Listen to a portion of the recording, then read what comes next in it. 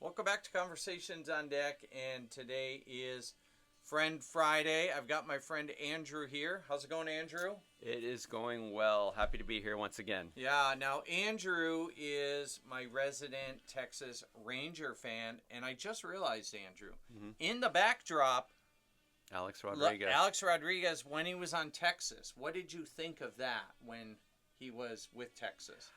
I was extremely surprised and so excited when Texas was the team that shelled out that money for him. I think it was such a surprise to everybody, and the future looked great, and we were getting the best player in the game, and looking back on it, his 3 or 4 years were probably the best statistical years he had, and so in the end, I mean, he did provide. Yeah.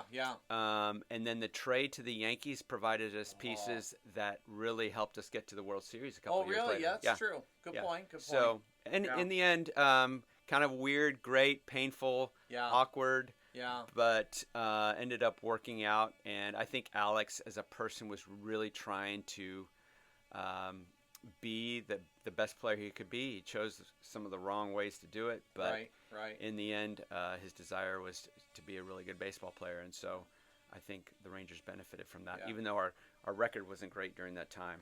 Yeah. Did you ever see him play, like, you'll go down and catch games and things like that when you can? Let's see. I don't think I ever saw him live. Uh-huh. Yeah. I think, I don't know if I was in Texas at that time. Okay. I'll tell you another thing that was really cool about Alex Rodriguez. Yeah. Michael Young was the second baseman at the time, and that really kind of started his renaissance of being really a perennial all-star. Mm-hmm. And what was interesting, when Alex left, Michael went from second base and being an all-star at second base to being an all-star at shortstop. Wow.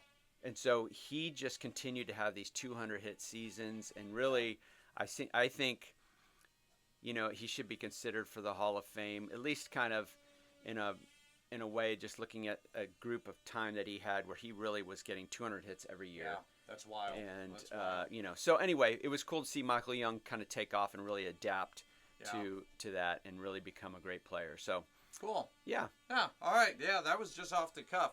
Now, we're going to do a lot of things here. Mm-hmm. But, Andrew, I think these are 91 Donruss, so I'm going to have you open these up. So, in 1991, I was 21. How old were you?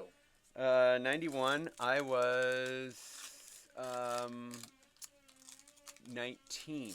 Oh, okay. So, yeah, we're similar. Yeah. If we're not going to put the camera on either one of us, we look like we could be related, possibly. I have a little bit more gray hair than Andrew. His looks nicer, though.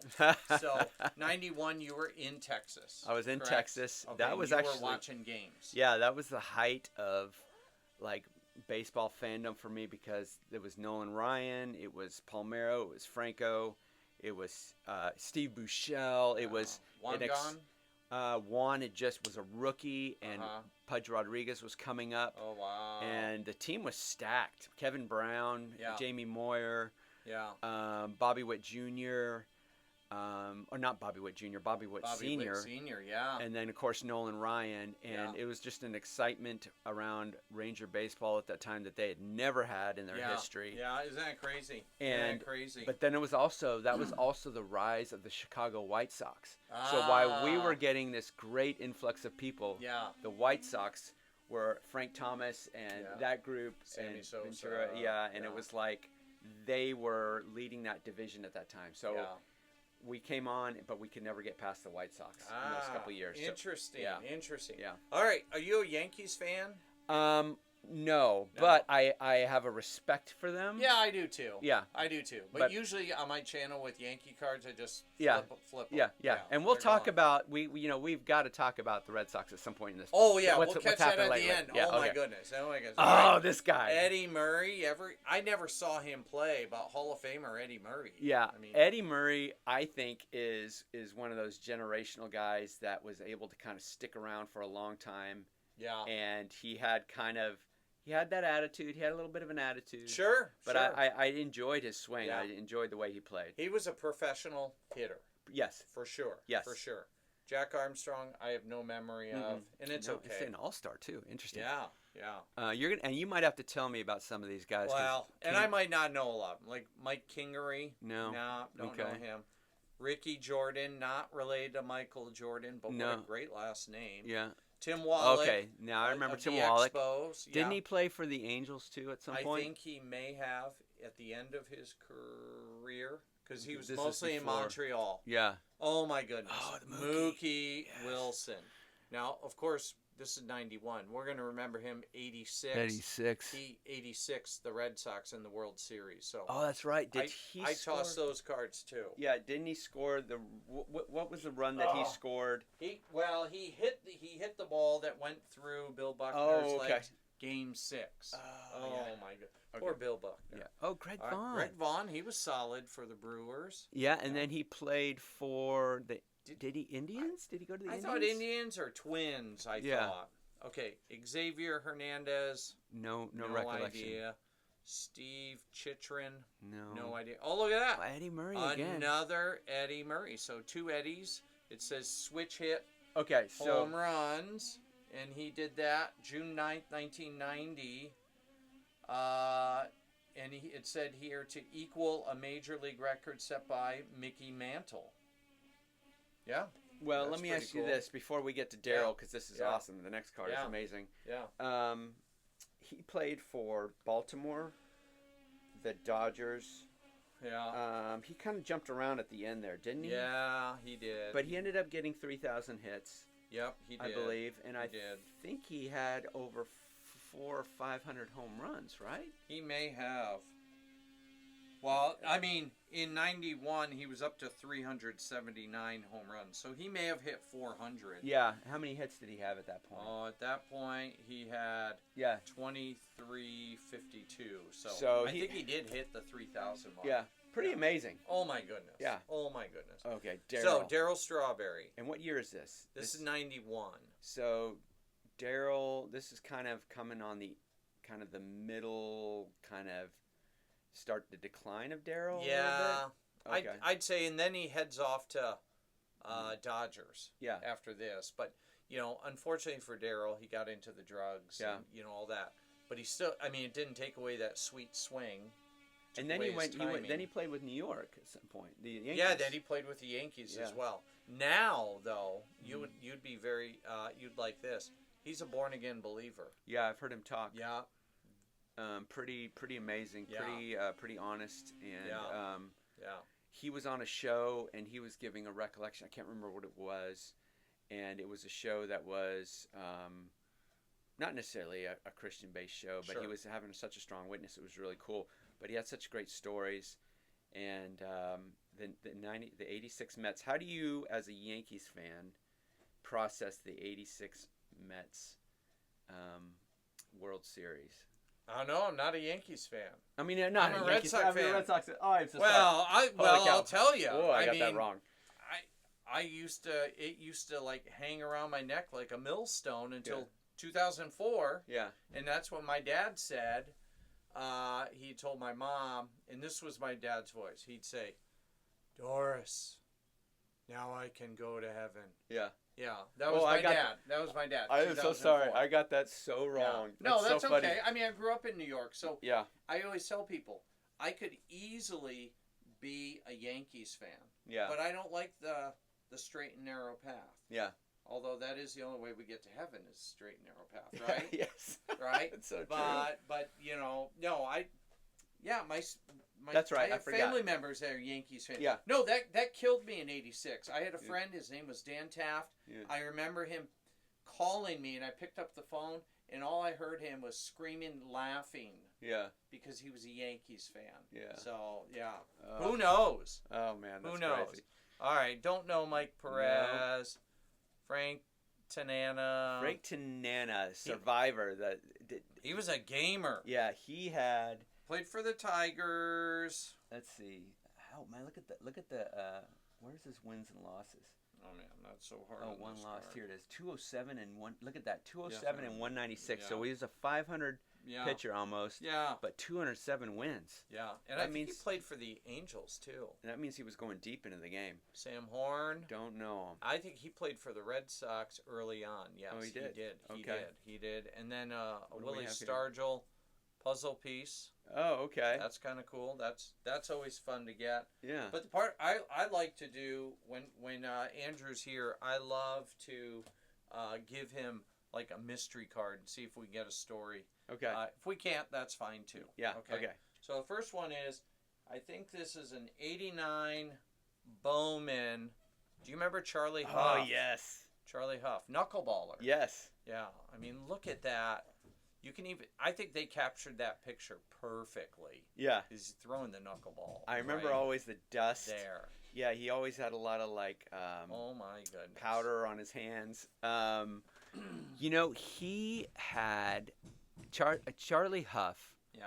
Was kind of a love-hate because he was for a while there a really winning pitcher for the Rangers, like 16 wins. Yeah.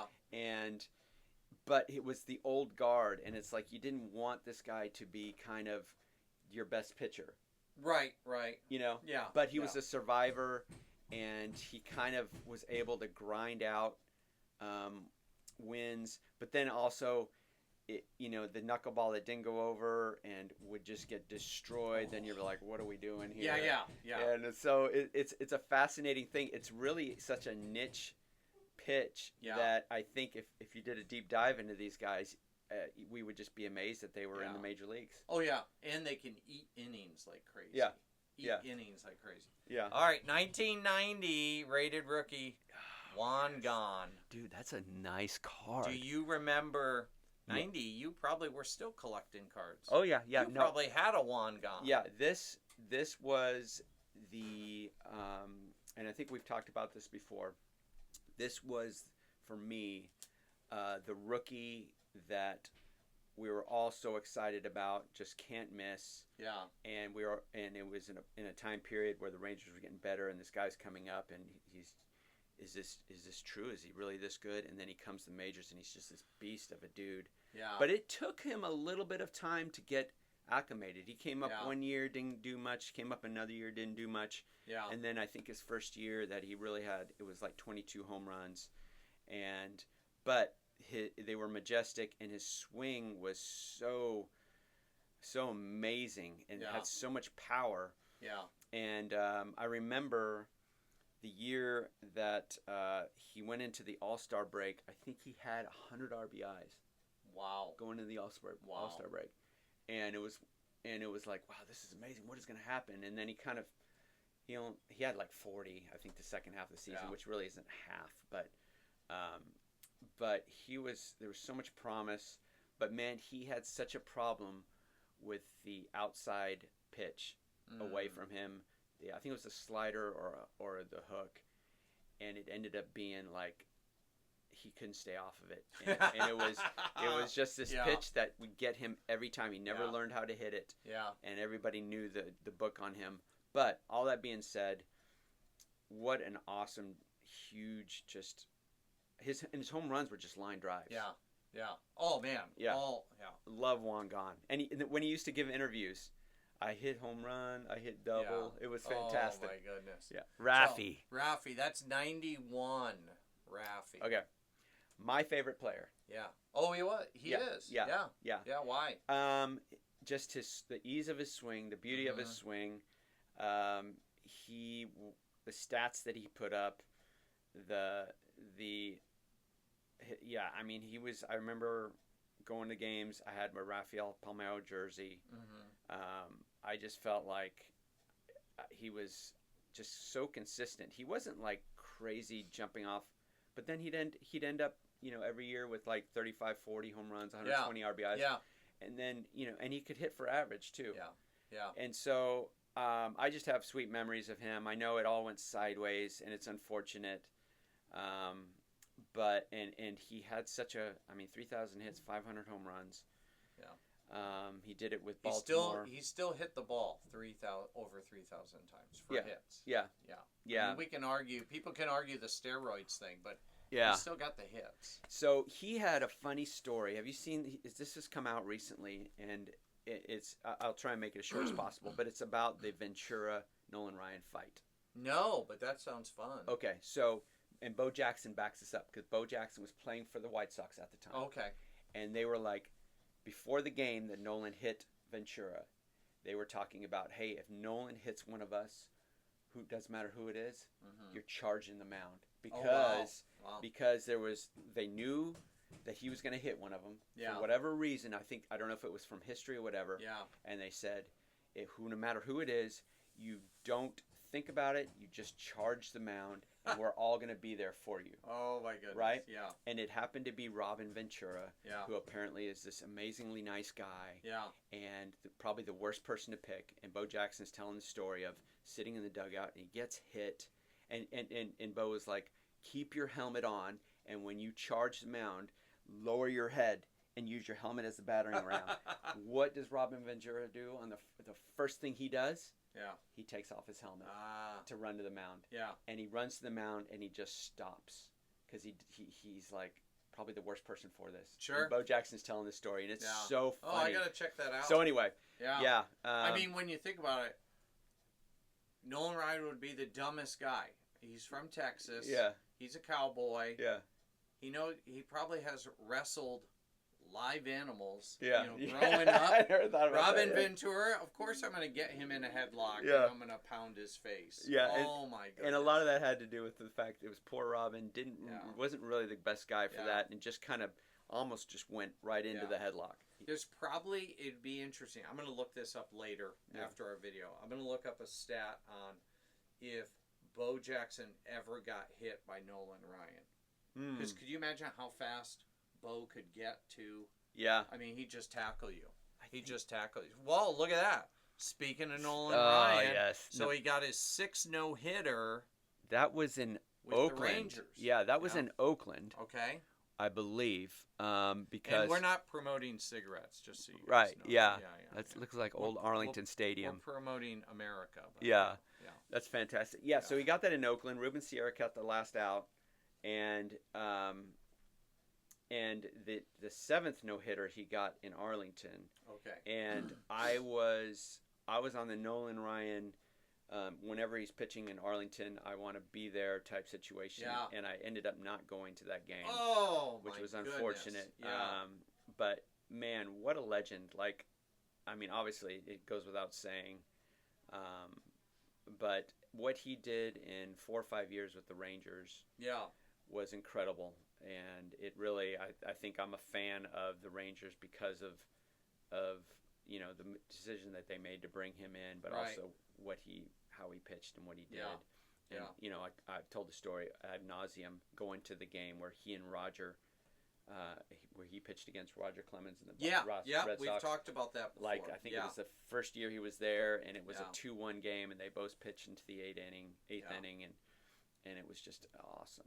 It was a magical time. Even though the Rangers didn't win anything, it was a magical time for them, for me. Yeah. Last card here. Okay. Alfonso Soriano. Interesting card. Yeah. Wow. Because he played for the Yankees. That's where he cut his teeth. Then he just got hot. Yeah. And he went to the Rangers. Well, he was the one they traded for with Alex Rodriguez. Yeah. And I felt bad for Alfonso in that regard because he seemed like such a fish out of water that he was coming from New York. Yeah. And now he's playing for the Texas Rangers. But he actually played quite well for us in the short time period that he was there. He actually moved to the outfield, I think, during that time period. But he was productive. Yeah. And he seemed to have a good attitude. I don't know what happened to him after he played for us. I think he moved on, and I can't remember where he moved on, but you're right. Yeah.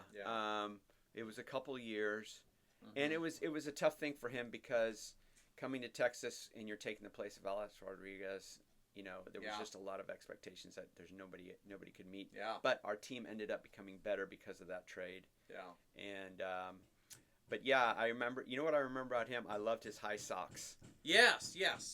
Yeah. He always had the high socks. Yeah. And his bat, his bat, he'd be wagging his bat. Yeah. And you're thinking, oh my goodness, if he makes contact, it's gone. Scary power. All right, so let's talk about the Red Sox, Andrew. What do you think of the I'm glad you brought. I was going to try and bring this up.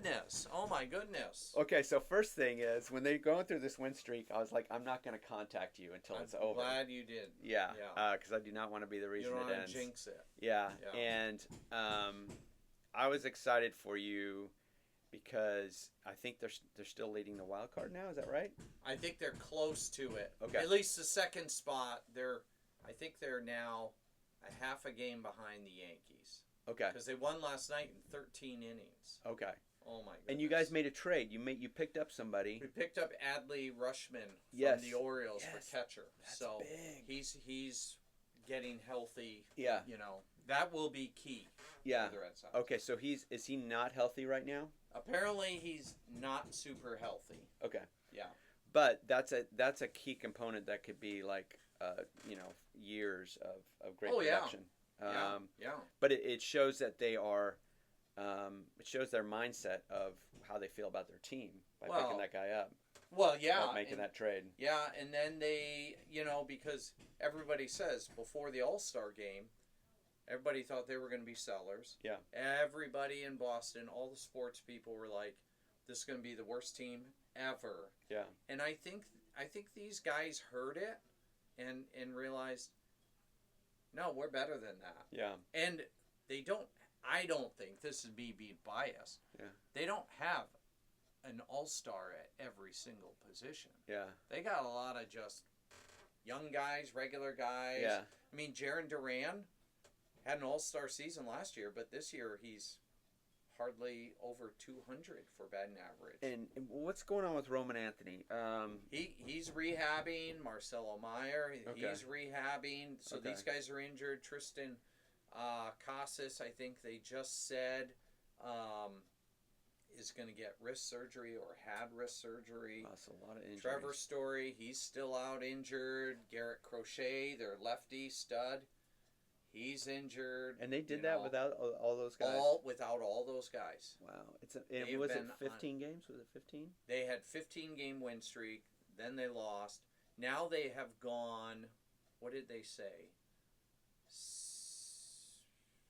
They've only lost they've gone 20-something wins, or I don't know. Yeah. They're just on a tear. I love it. Yeah. I think that's what makes baseball great. A 15-game win streak can change the whole year, obviously. Yeah. And they beat the best teams. Yeah. They beat Tampa, who's still in first place. They swept them. Swept the Yankees. Swept the Dodgers. Yes. That was awesome. Yeah. They just swept the White Sox. The White Sox are good. Yeah.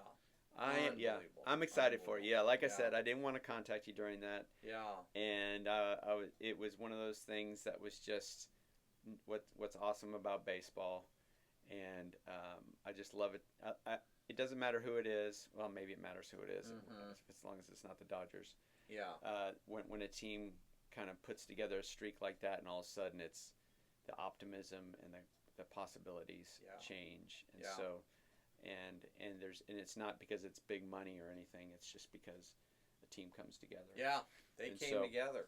That's pretty exciting. Yeah. I'm excited for you. Yeah. Unfortunately, my Rangers are little Rangers update. Weren't they in first place? They were in first place, but it's like nobody wants it that bad. Everybody's hovering around 500. But unfortunately, we let the fox into the chicken house. We let Houston get back into first place. And Houston's tough. Houston is tough. I tell you what, here's the player that scares. Well, there's two players that scare me the most. Yordan Alvarez. Yes. Is the most. I think he's the scariest player in baseball from a Ranger standpoint. That guy just looks like he can destroy the ball at any point. Like it's so easy for him. But you know who else is so clutch is Walker.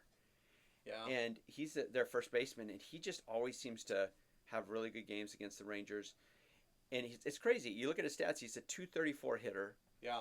But whenever he plays the Rangers, he's 2 for 4, 2 home runs. It's just every player has one team. That they own. Yeah. Yeah. Walker's killing us, and so they're in first place. I think we're half a game behind. It'll be fascinating to see who will win this division because Seattle's still in it. Oh my goodness! Yes. Seattle's a second half team. I don't count them out. No. And I don't know how well this team is going to represent themselves in the playoffs because they're going to probably be it's probably the worst division in baseball. Yeah. And so, but there's still hope. But we got a pitcher back, Bradford. Oh, good. Who just threw 4 innings of no run baseball, and when he's on, he's really good. He just can't seem to stay healthy, but he's a good dude. He's a believer. Yeah. And so that's exciting. Mm-hmm. So we'll see. There's always optimism. I mean, they could bust out a win streak like the Red Sox. That's right. I was just telling my buddy Sean on text today. He's a Twins guy. Yeah. I said any team can do this. Yeah. Yeah. It's the beauty of baseball. Yeah. Well, Andrew, it was good having you on this Friend Friday. I'll post this sometime later today. You guys just don't know when later today, which Friday this is. But I'm glad we were able to get together and talk and not have to worry about a time limit. Yeah, that's awesome. This was awesome. It's always fun. I love these cards. I love the memories. 90s baseball is something so magical about it. Yeah. And it's always a good time. So thank you for having me, and thank you for bringing me back to 90s Rangers baseball. Yeah, you're welcome. All right. See you, Andrew. God bless you. All right. Thanks. All right. Bye-bye. Bye.